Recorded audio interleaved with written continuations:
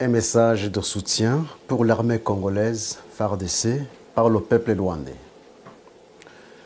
Je m'appelle Shadrach Uizeimana, je suis pasteur. À son Excellence, Monsieur le Président de la République démocratique du Congo, Félix Antoine Tshisekedi Tshilombo, mes chers Congolais, nous, peuple rwandais, nous déplorons profondément de la cruauté vécue par le peuple congolais depuis 1996 jusqu'à aujourd'hui. Nous déplorons profondément de la mort de plus de 6 millions de Congolais due à la guerre déclenchée en RDC par le Rwanda et l'Ouganda depuis 1996. Les Congolais sont des témoins oculaires d'irresponsables de cette tragédie. Le mapping report confirme les faits. Tout le monde, petits et grands, sait très bien que Paul Kagame est responsable du massacre perpétré contre les Congolais, sans oublier des réfugiés rwandais et burundais qui étaient en RDC. Le même individu, Paul Kagame, est également responsable du massacre qui a eu lieu au Rwanda depuis 1990 à 1994. Aujourd'hui encore, cette année 2022, l'armée rwandaise, sous la couverture de M23, ose une fois de plus envahir la RDC. C'est déplorable, inimaginable, regrettable et insupportable. À son Excellence, Monsieur le Président, mes chers Congolais, j'aimerais que vous sachiez cette vérité, la vérité suivante. Ne confondez jamais le peuple rwandais et Paul Kagame. Ce sont deux personnes différentes, de caractères différents et d'éducation différente. Si vous acceptez de comprendre cette vérité, regardez le caractère et l'éducation du peuple rwandais, non pas dans le miroir de ce régime sanguinaire, tyrannique, totalitaire, despotique et génocidaire de Paul Kagame, mais dans le miroir du régime sociable et paisible de Habyarimana Juvenal. À son Excellence, Monsieur le Président et mes chers Congolais, le peuple rwandais est connu par son caractère social envers ses voisins. Par contre, Paul Kagame n'a pas ce caractère. Le peuple rwandais est connu par son caractère de promouvoir la paix avec ses voisins. Par contre, Paul Kagame n'a pas ce caractère. Le peuple rwandais est connu par son caractère de ne pas verser du sang, même celui des animaux, car il mange de la viande seulement pendant les jours de fête. Par contre, Paul Kagame n'a pas ce caractère. Son plaisir est de marcher dans le sang et de dormir dans le sang, non pas des animaux, mais de l'homme. Paul Kagame est un tyran sanguinaire. Les faits le prouvent. Le peuple rwandais est connu par son caractère d'aversion pour la guerre et tout conflit. Paul Kagame n'a pas ce caractère. C'est un homme belliqueux. Mes chers Congolais, Paul Kagame est un mercenaire parmi les Rwandais. Tout ce qu'il fait, il ne le fait pas pour l'intérêt de la nation rwandaise, mais pour son propre intérêt. Les Rwandais qui sont aujourd'hui dans le pays ont été pris en otage. Ils sont dans une prison à ciel ouvert.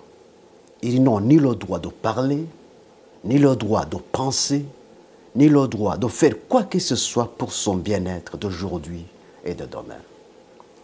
Le peuple rwandais est un peuple malheureux, un peuple sans défense et sans protection, sauf Dieu seul. Ne commettez pas donc une erreur de confondre le peuple rwandais et Paul Kagame. Un homme de cœur durci qui donne au peuple rwandais une mauvaise étiquette parmi les Congolais, les Tanzaniens et toutes les nations de la terre. Ne commettez pas non plus une erreur de confondre les Tutsis et Paul Kagame. Paul Kagame était mystérieux parmi les Rwandais. Ce qui dégage l'hypothèse selon laquelle Paul Kagame serait un démon sous la chair humaine, en considérant ses actes démoniaques, ils ont raison de le dire.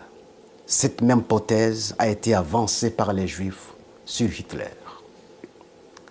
Si Paul Kagame est au pouvoir aujourd'hui à Kigali, il n'y est pas parce qu'il a été élu démocratiquement, mais par l'usurpation du pouvoir. Lorsque nous disons, nous, peuple rwandais, nous soutenons fortement l'armée congolaise FARDC dans cette lutte louable qu'elle est en train de mener contre l'armée rwandaise sous couverture de M23, vous devez saisir nos propos, non pas comme ironie, mais pour la vérité, rien que la vérité. Le peuple rwandais n'a pas donné à Kagame un mandat d'agresser la RDC sous la couverture de M23. Il a fait et il fait cet acte ignoble par ses propres mérites, non pas par les mérites des Rwandais. Nous, peuple rwandais, nous dénonçons et condamnons énergiquement l'invasion de l'armée rwandaise sous la couverture de M23, sous l'ordre de Paul Kagame, non pas sous l'autorisation de la nation rwandaise. Nous, peuple rwandais, nous demandons à Paul Kagame de démissionner car ces actes de barbarie contre la RDC depuis 1996 jusqu'à aujourd'hui est une honte pour la nation rwandaise. Personne ne doute l'invasion de la RDC par l'armée rwandaise sous la couverture de M23. Personne, sauf les alliés de Paul Kagame pour leurs intérêts personnels. À son Excellence, Monsieur le Président et mes chers Congolais, trop c'est trop. Paul Kagame a dépassé les limites de ses actes de sabotage.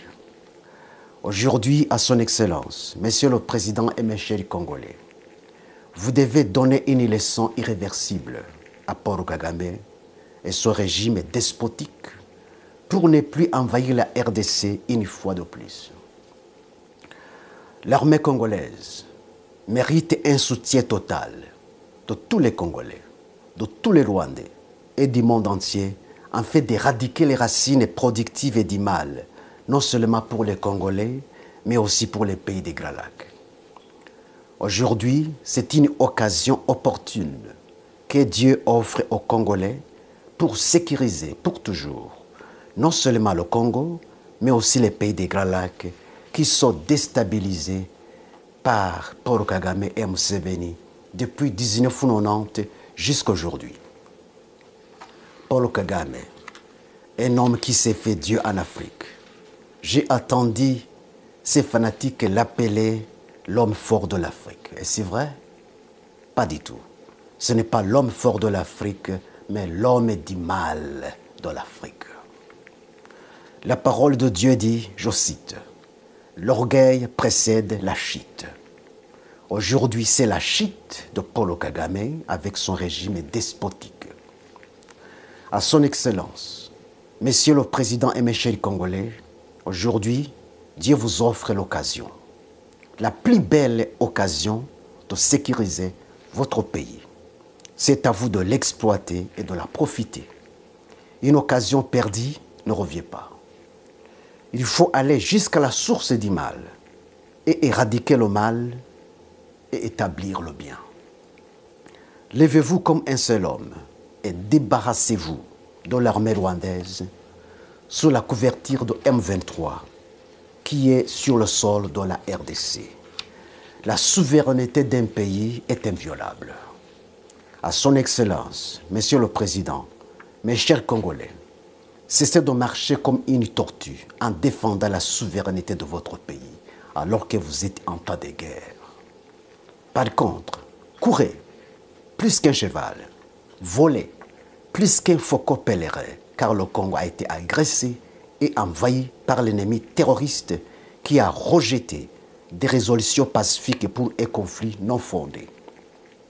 Mes chers Congolais, Dieu est avec vous, mais il est contre votre ennemi. Mes chers Congolais, gardez-vous de tomber dans le piège de votre ennemi. Gardez-vous de tout conflit d'ordre civil. Tomber dans ce piège, c'est perdre la bataille. Que l'histoire du passé des Rwandais vous apprenne tous les plans et toutes les stratégies de Paul Kagame qui consistent à faire basculer un pays dans le chaos afin de justifier son intervention et ses actes destructifs.